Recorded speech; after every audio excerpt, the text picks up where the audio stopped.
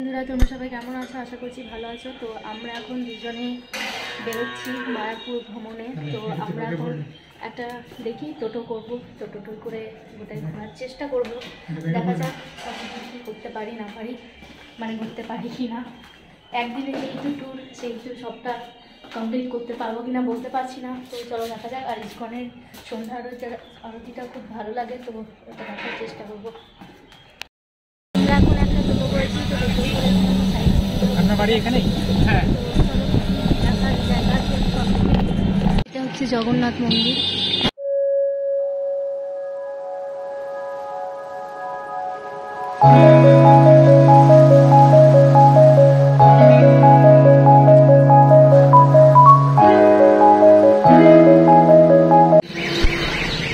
এটা হচ্ছে নিমাইয়ের জন্মস্থান।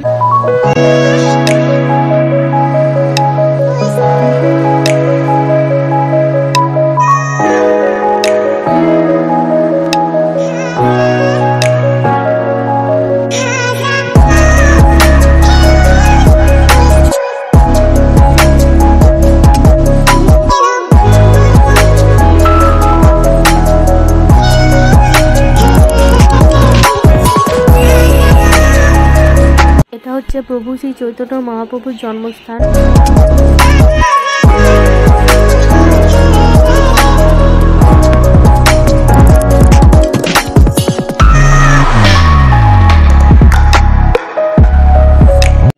আমরা প্রভু শ্রী চৈতন্য মহাপ্রভুর জন্মস্থানে একটু মৃত্তিকা আমরা নিয়ে নিলাম।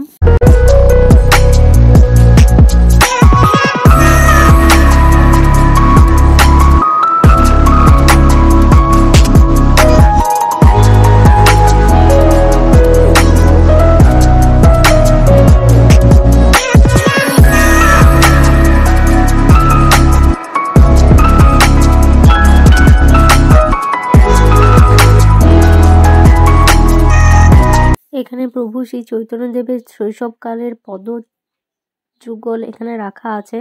তো আমি ওটাতে একটু হাত দিয়ে মাথায় ঠেকালাম, তো স্পর্শ করতে পেলাম। এটাই আমার কাছে অনেক বড় পাওয়া।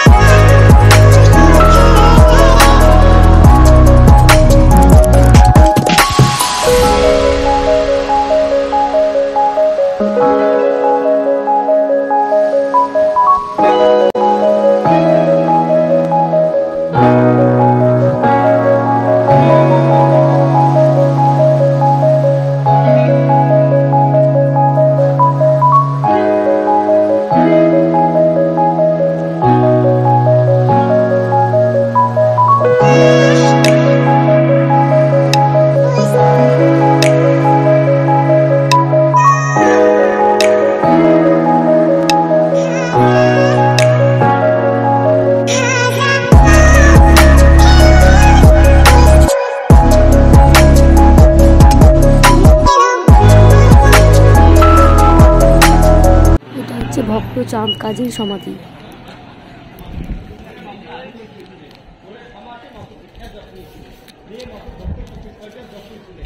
যখন মহাপুর ভক্ত হয়ে গেছিলেন কাজী অনেক কুশিরা কাজীকে আলাদা করে দিয়েছিলেন। কাজী যখন বয়স হয়ে তোর মহাপুর ভক্তি নেওয়া একটু দাঁড়াবে, একটু দাঁড়ান, এই যে বাতি বাদে দিবে, একটু দাঁড়ান।